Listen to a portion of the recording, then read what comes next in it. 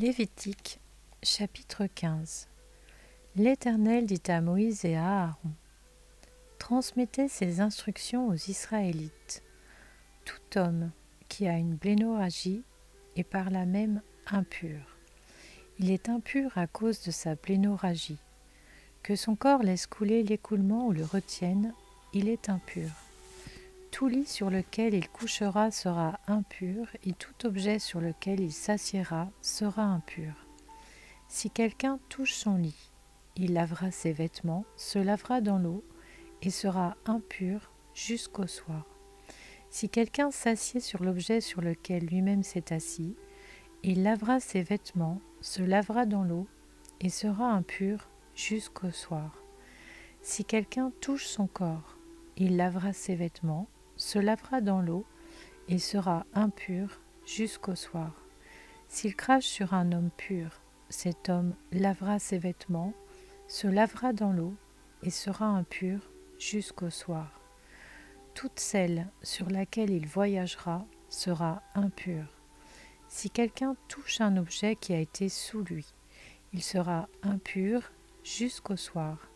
Et si quelqu'un porte un tel objet, il lavera ses vêtements, se lavera dans l'eau, et sera impur jusqu'au soir. S'il touche quelqu'un sans s'être lavé les mains dans l'eau, cette personne lavera ses vêtements, se lavera dans l'eau, et sera impur jusqu'au soir.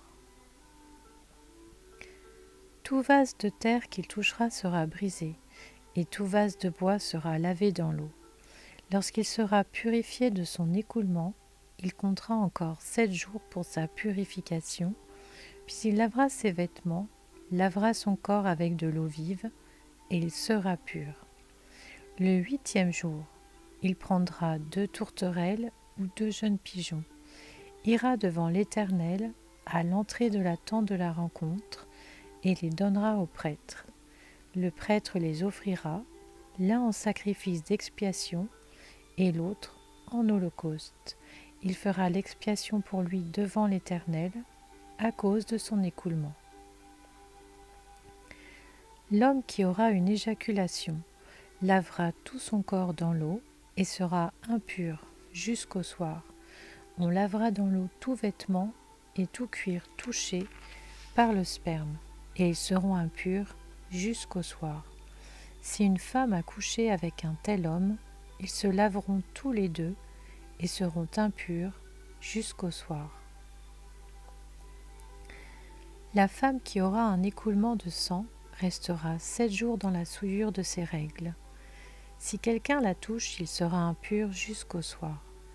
Tout lit sur lequel elle couchera pendant ses règles sera impur, et tout objet sur lequel elle s'assiera sera impur. Si quelqu'un touche son lit, il lavera ses vêtements, se lavera dans l'eau, et sera impur jusqu'au soir.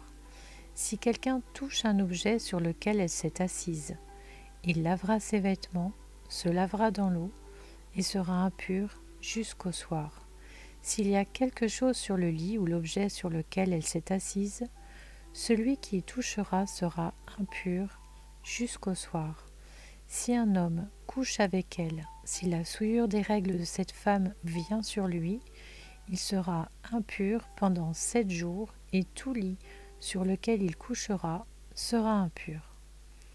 La femme qui aura un écoulement de sang pendant plusieurs jours en dehors de ses règles, ou dont les règles dureront plus que d'habitude, sera impure pendant toute la période de son écoulement, comme pendant ses règles. Tout lit sur lequel elle couchera pendant la durée de cet écoulement sera comme le lit de ses règles, et tout objet sur lequel elle s'assiera sera impur comme lors de ses règles. Si quelqu'un les touche, il sera impur. Il lavera ses vêtements, se lavera dans l'eau et sera impur jusqu'au soir. Lorsqu'elle sera purifiée de son écoulement, elle comptera encore 7 jours, après lesquels elle sera pure. Le 8e jour, elle prendra 2 tourterelles ou 2 jeunes pigeons, et elle les apportera au prêtre à l'entrée de la tente de la rencontre.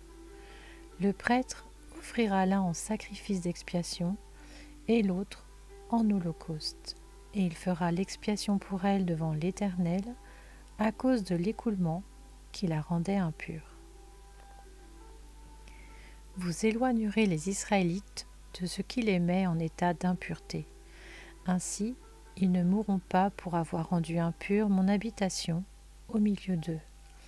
Telle est la loi pour l'homme qui a une plénorragie ou qui est impur en raison d'une éjaculation, pour la femme qui a ses règles, pour l'homme ou la femme qui a un écoulement, et pour l'homme qui couche avec une femme impure. Lévitique, chapitre 16. L'Éternel parla à Moïse après la mort des 2 fils d'Aaron, qui étaient morts en se présentant devant l'Éternel. L'Éternel dit à Moïse, « Dis à ton frère Aaron de ne pas entrer à n'importe quel moment dans la partie du sanctuaire située derrière le voile, devant le propitiatoire qui recouvre l'arche, sinon il mourrait.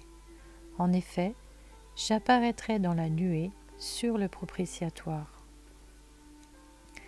Voici de quelle manière Aaron entrera dans le sanctuaire. Il prendra un jeune taureau pour le sacrifice d'expiation et un bélier pour l'holocauste. Il mettra la tunique sacrée de lin et portera sur son corps des caleçons de lin. Il mettra une ceinture de lin et se couvrira la tête d'une tiare de lin. Ce sont les vêtements sacrés dont il s'habillera après avoir lavé son corps dans l'eau. Il recevra de l'assemblée des Israélites 2 boucs pour le sacrifice d'expiation et un bélier pour l'holocauste. Aaron offrira son taureau expiatoire et il fera l'expiation pour lui et pour sa famille. Il prendra les 2 boucs et les placera devant l'Éternel à l'entrée de la tente de la rencontre. Il tirera au sort entre les 2 boucs. L'un sera pour l'Éternel et l'autre pour Azazel. Il fera approcher le bouc tiré au sort pour l'Éternel et il l'offrira en sacrifice d'expiation.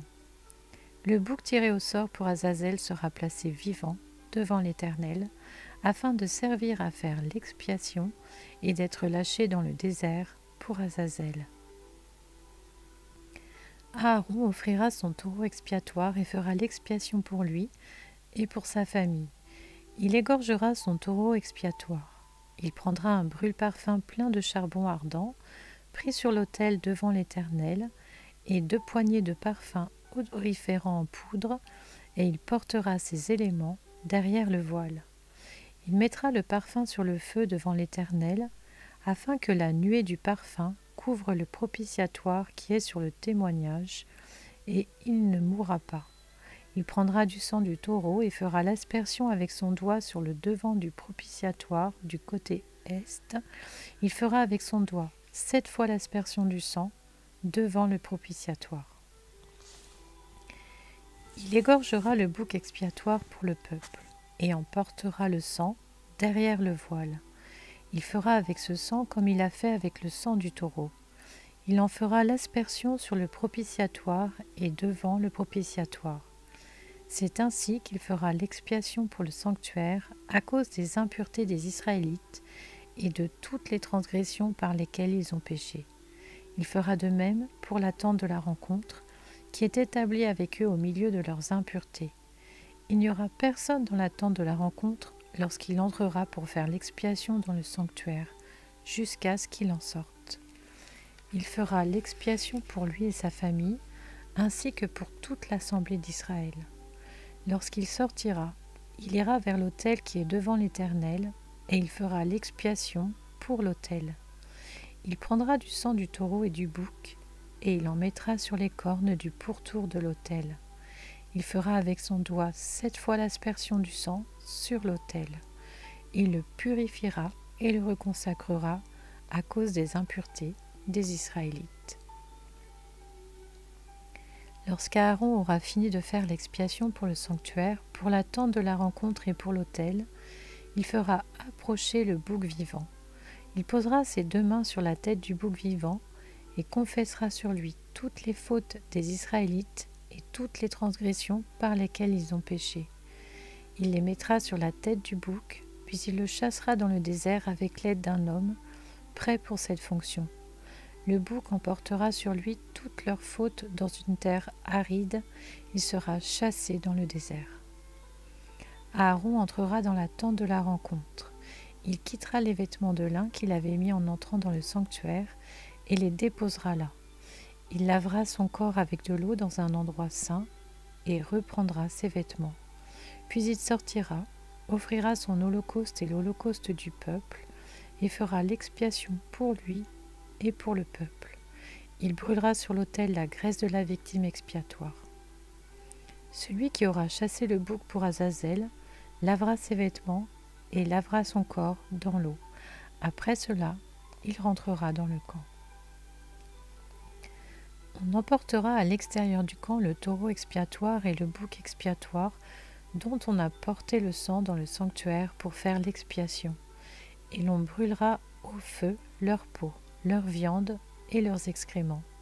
Celui qui les brûlera lavera ses vêtements et lavera son corps dans l'eau. Après cela, il rentrera dans le camp. C'est pour vous une prescription perpétuelle. Le 10e jour du 7e mois, vous vous humilierez, vous ne ferez aucun travail, ni l'Israélite, ni l'étranger en séjour parmi vous. En effet, ce jour-là, on fera l'expiation pour vous, afin de vous purifier. Vous serez purifiés de tous vos péchés devant l'Éternel. Ce sera pour vous un sabbat, un jour de repos, et vous vous humilierez. C'est une prescription perpétuelle. Celui qui fera l'expiation, c'est le prêtre désigné par onction et établi dans ses fonctions pour succéder à son père en tant que grand prêtre.